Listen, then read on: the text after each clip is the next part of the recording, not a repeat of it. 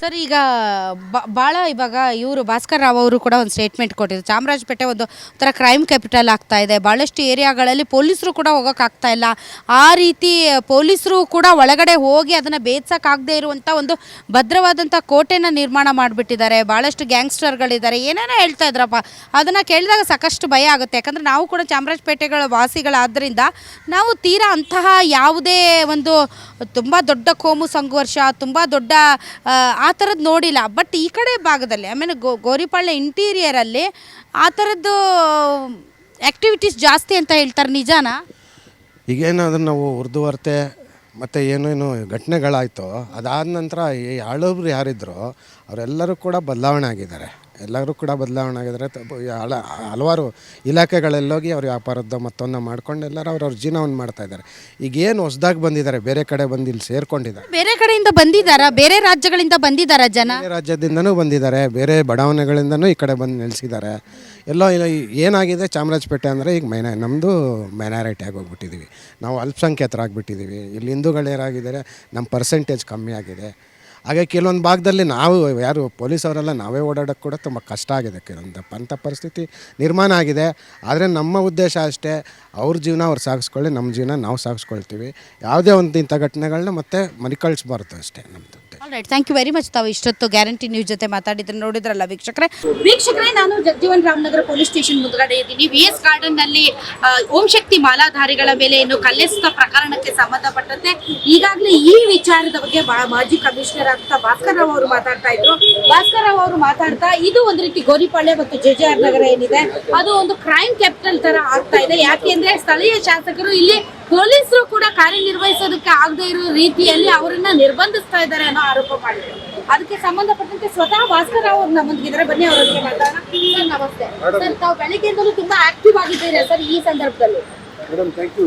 ತಾವು ಇನ್ನೊಂದು ಆ್ಯಡ್ ಮಾಡೋದಾಗಿತ್ತು, ನಾನು ಕೇವಲ ಮಾಜಿ ಪೊಲೀಸ್ ಈ ಭಾಗದಲ್ಲಿ ನಾನು ಸ್ಪರ್ಧೆ ಕೂಡ ಮಾಡಿದ್ದೀನಿ ಜನತಾ ಪಾರ್ಟಿ.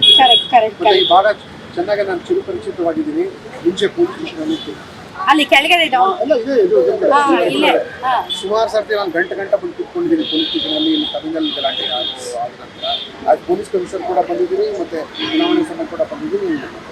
ಚಾಮರಾಜಪೇಟೆ ಬೆಂಗಳೂರು ನಗರದಲ್ಲಿ ಒಂದು ಅಪರಾಧದ ಕೇಂದ್ರ ಸ್ಥಾನ. ಯಾಕಂದರೆ ಕಳೆದ 25 ವರ್ಷಗಳಿಂದ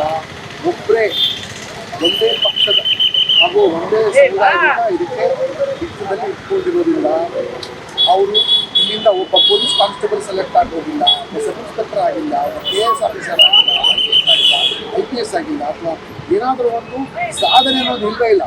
ಏನು ಸಾಧನೆ? ಮೊಬೈಲ್ ಕಳ್ಳರಿಗೆ ರಕ್ಷಣೆ, ಡ್ರಗ್ಸ್ ಮಾಫಿಯಾ ರಕ್ಷಣೆ. ಕೊನೆಗೆ ಇತ್ತೀಚೆಗೆ ಹೊಸದಾಗಿ ಏನು ಗೊತ್ತಾ, AC ಟೆಕ್ಟ್ಗಳ ಕಳ್ತನ ಮಾಡಿದೆ, ಮತ್ತು ಕಾರ್ ಸ್ಪೇರ್ ಪಾರ್ಟ್ಸ್ ಕಳ್ತನ ಇಲ್ಲಿಗೆ. ದೊಡ್ಡ ದೊಡ್ಡ ಗೋಡೆಗಳು ಹಾಕ್ಕೊಂಡು ಅವ್ರ ಶಿಕ್ಷಣಕ್ಕೆ ಇಟ್ಕೊಂಡಿಗೆ ಯಾರು ತಂಟೆಗೆ ಬರೋಂಗಿಲ್ಲ ಅಲ್ಲಿಗೆ. ಮತ್ತು ಪೊಲೀಸ್ ಠಾಣೆ cannot function. All police stations ಇದೆಲ್ಲ ಸಬಾರ್ಡಿನೇಟ್ ಟು ಇವ್ರ ಚೇಲಾ ಚಮಚಗಳಿಂದ. ಮತ್ತು ಪಕ್ಕಾ ಕಾಂಗ್ರೆಸ್ ಆಫೀಸ್ ಆಗಿದೆ. ಮತ್ತು ಅದು ಒಂದೇ ಅಲ್ಲ, ಇಲ್ಲಿ ನ್ಯಾಯ ಬೇಕು. ಹಿಂದೂ ಸೇರಲಿ ಮುಸ್ಲಿಮ್ಸ್ ಎಲ್ರಿಗೂ ನ್ಯಾಯ ಬೇಕು. ಎಂಥ ಒಂದು ಟೆರರ್ ಅಟ್ಮಾಸ್ಫಿಯರ್ ಕ್ರಿಯೇಟ್ ಮಾಡಿಟ್ಟಿದ್ದಾರೆ ಅಂದರೆ, ಅವ್ರದ್ದು 4-5 ಜನ ಅವರು ದಾಂಡಿಗರಿದ್ದಾರಲ್ಲ, ಅವ್ರ ಅನುಮತಿ ಇಲ್ಲದೆ ಇಲ್ಲಿ ಯಾವ ಸ್ಟೇಷನ್ ಯಾವ ಕೆಲಸ ಮಾಡೋಕ್ಕಿಲ್ಲ. ಯಾಕೆ ಅಂತಂದ್ರೆ ಚಾಮರಾಜಪೇಟೆ ಕ್ಷೇತ್ರದ ವ್ಯಾಪ್ತಿ ತುಂಬಾ ದೊಡ್ಡದಿದೆ. ಅಂದ್ರೆ ನಾನು ಹೇಳಿದ್ರು ಚಾಮರಾಜಪೇಟೆ ಕ್ಷೇತ್ರದ ವ್ಯಾಪ್ತಿ ತುಂಬಾ ದೊಡ್ಡದಿದೆ ಸರ್. ಯಾಕೆ ಅಂತಂದ್ರೆ ಇಲ್ಲಿ ನೋಡಿ, ಇದು ಗೋರಿಪಾಳ್ಯ, ಆಮೇಲೆ ಜಗಜೀವನ್ ರಾಮನಗರ, ಆ ಕಡೆ ಚಾಮರಾಜಪೇಟೆ, ಆಜಾದ್ ನಗರ. ಸೊ ಇದ್ರ ವ್ಯಾಪ್ತಿ ತುಂಬಾ ದೊಡ್ಡದಿದೆ. ನೀವು ಚಾಮರಾಜಪೇಟೆ IPS IAS ಬಹಳ ಇದಾರೆ ಸರ್, ಚಾಮರಾಜಪೇಟೆಯಿಂದ ಬಂದಿದ್ದಾರೆ. ನಾನು ಹೇಳ್ತಾರೆ ಪರ್ಟಿಕ್ಯುಲರ್ ನೀವು ಈ ರೀಸನ್ ಹೇಳ್ತಾ ಇದ್ದೀರಾ. ವಿಜಯನಗರ, ಪಾದರಾಯಣಪುರ, ನಿಮಗೆ ಗೋರಿಪಾಳ್ಯ, ರಾಯಪುರಂ, ಇದೆಲ್ಲ ಚಲವಾದಿಪಾಳ್ಯ, ಇದೆಲ್ಲ ಹೇಳ್ತಾ ಇದ್ರಲ್ಲ, ಯಾವ ಸ್ಥಿತಿಗಳಿಗಿದೆ ನೀವೇನಾದರೂ ಒಂದು ಹೋಗಿ ನೋಡಿ. 25 ವರ್ಷದ ಇದ್ದು ಪ್ರತಿ ವರ್ಷ ಕೂಡ ಸರ್ಕಾರಿ ಗ್ಯಾರಂಟಿ 87 ಗೌರ್ಮೆಂಟ್ ಸ್ಕೂಲ್ ಇದೆ ಇಲ್ಲಿಗೆ, 50ಕ್ಕಿಂತ ಹೆಚ್ಚು ಯಾಕಂದ್ರೆ ಯಾರಿಗೂ ಸ್ಕೂಲ್ ಕಳಿಸೋದು ಬರೋದಿಲ್ಲ, ಎಲ್ಲರಿಗೂ ಕ್ರೈಮ್ ಜಗತ್ತಿಗೆ ಕಳಿಸ್ಬಿಟ್ಟು ಇಲ್ಲಿಗೆ. ಸ್ಟಾಟಿಸ್ಟಿಕ್ಸ್ ಇದೆಯಾ? ನೀವು ಹೇಳ್ತಾ ಇರೋದು this is the crime capital of ಇದು ಬೆಂಗಳೂರು ಅಂತ. ಸೊ ನೀವು ಪೊಲೀಸ್ ರೆಕಾರ್ಡ್ಸ್ ಅಲ್ಲಿ ಇರುವಂತ ಕ್ರೈಮ್ ರೆಕಾರ್ಡ್ಸ್ ನೋಡಿದ್ರೆ ಕಂಪೇರ್ ಟು ಅದರ್ ಕ್ಷೇತ್ರಗಳು. I speak only on statistics, I speak only on my visits, I speak only on my first-hand information. ನಾನು CP ಇರೋಕ್ಕಿಂತ ಅದಕ್ಕಿಂತ ಮುಂಚೆನೇ ಎಷ್ಟು ಸರ್ತಿ ಆ ಹಳೆ ಗೊರಗುಂಟೆಪಳ್ಳಿ ಇದು ಹಳೆ JJ ನಗರ ಪೊಲೀಸ್ ಸ್ಟೇಷನ್ ಬಂದಿದೆ. ನೀವೇ ಸ್ಟ್ಯಾಟಿಸ್ಟಿಕ್ಸ್ ಪ್ರಕಾರ ಹೇಳಿದ್ರಲ್ಲ, ಯಾವ ಅಚೀವ್ಮೆಂಟ್ ಆಗಿದೆ ಈ ಭಾಗದಿಂದ? ಇಷ್ಟೊಂದು ಕೋಟ್ಯಾಂತರ ರೂಪಾಯಿ ನಿಮಗೆ ಸಿಕ್ಕಿರೋದು ಒಂದು ಕೇವಲ ರಸ್ತೆ ಆ ಭಾಗದಲ್ಲಿ ನಿಮಗೆ ಚಾಮರಾಜಪೇಟೆ ಮತ್ತು ಆಜಾದ್ ನಗರಗೆಲ್ಲ ಅದು ಹಳೇ ಜಾಗ ಇರೋದ್ರಿಂದ ಅದು ಸ್ವಲ್ಪ ಲಾ ಆ್ಯಂಡ್ ಆರ್ಡರ್ ಅನ್ನೋದು ಇಲ್ಲವೇ ಇಲ್ಲ. There is no law, there is no order, there is no respect for law also. ಅಂದ್ರೆ ಪೊಲೀಸರು ಕೆಲಸ ಮಾಡ್ತಾ ಇಲ್ಲ, ಪೊಲೀಸರು ನೀವು ಕರ್ಕೊಂಡ್ಬಂದು ಅಂಥವ್ರು ಆಫೀಸರ್ಸ್ ನಿಮ್ಗೆ ಯಾರು ಬೇಕೋ ಅಂಥವ್ರು ಹಾಕೊಳ್ತೀವಿ ನಿಮಗೆ. And you promote your own illegal activities, protect your own illegal activities. ನೀವೇನಾದರೂ ನಿಜವಾಗ್ಲೂ 25 ವರ್ಷದಿಂದ ಇಲ್ಲಿ ಶಾಸಕರಾಗಿ ನಡೆಸ್ತಾ ಇದ್ರೆ ಈ ಸ್ಥಿತಿ ಇಲ್ಲಿ ಇರ್ತಾ ಇದ್ರೆ ನೀವು ಎಷ್ಟು ಅಂಗಡಿಗೆ BBMP ಲೈಸೆನ್ಸ್ ಅದನ್ನು ನೋಡಿ, ನೀವು ಯಾವುದಕ್ಕೂ ಇಲ್ಲ.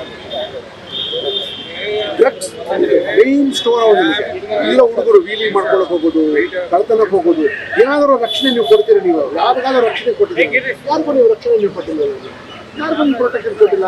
ಏನಾದರೂ ಏನು ಬೆಳೆಸಿದ್ರೆ ನೀವು ನಿಮಗೆ ಈಗ ಆಗಿರೋದು ಸಹಜ. ಇದು ಮತ್ತೆ ಆಟ ಆಡ್ತಾ ಇರ್ಬೇಕಾದ್ರೆ ಏನೋ ಕಲ್ ಬಿದ್ದಿದೆ ಅಂತೆ ಹೇಳಕ್ಕಾಗೋದಿಲ್ಲ.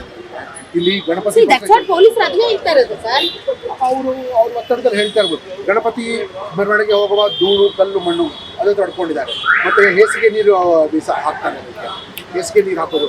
ಸೊ ಅಂಥದ್ದೆಲ್ಲ ಇರುವಾಗ ಇಷ್ಟು ಕೊನೆಗೆ ನಿನ್ನೆ ಆಗಿದ್ದ ಘಟನೆಗೆ ತಡ್ಕೊಳ್ಳಾದ್ರೆ ಎಲ್ಲರೂ ಬೀದಿಗೆ ಬಂದಿದ್ದಾರೆ. ಅದು ಕೂಡ ಅವರು ರೆಸ್ಪಾಂಡ್ ಮಾಡಿಲ್ಲ. ರೆಸ್ಪಾಂಡ್ ಮಾಡಿದ್ರೆ ರಾತ್ರಿ ಪೂರ್ತಿ ಅನಾಹುತ ಆಗಿರೋದು. ಕೋಮು ಸೌಹಾರ್ದತೆ ಕಾಪಾಡೋದು ತುಂಬ ಇಂಪಾರ್ಟೆಂಟ್. ಯಾರೋ ಕಿಡಿಗೇಡಿಗಳು ಮಾಡುವಂತಹ ಇಂತಹ ಕೃತ್ಯಗಳಿಗೆ, ಅದರಲ್ಲೂ ಕೂಡ ಮಕ್ಕಳು ಅಂತ ಹೇಳ್ತಾ ಇದ್ದಾರೆ, ಆದರೆ ಎಷ್ಟು ಮಟ್ಟಿಗೆ ನಿಜಾನ ಸುಳ್ಳೋ ಗೊತ್ತಿಲ್ಲ. ಬಟ್ ಈ ರೀತಿಯಾದಂಥ ಘಟನೆಗಳು ಸಮಾಜದಲ್ಲಿ ಕ್ಷೋಭೆಯನ್ನು ಉಂಟು ಮಾಡ್ತವೆ ಹೊರತು ಯಾರಿಗೂ ಒಳಿತಲ್ಲ.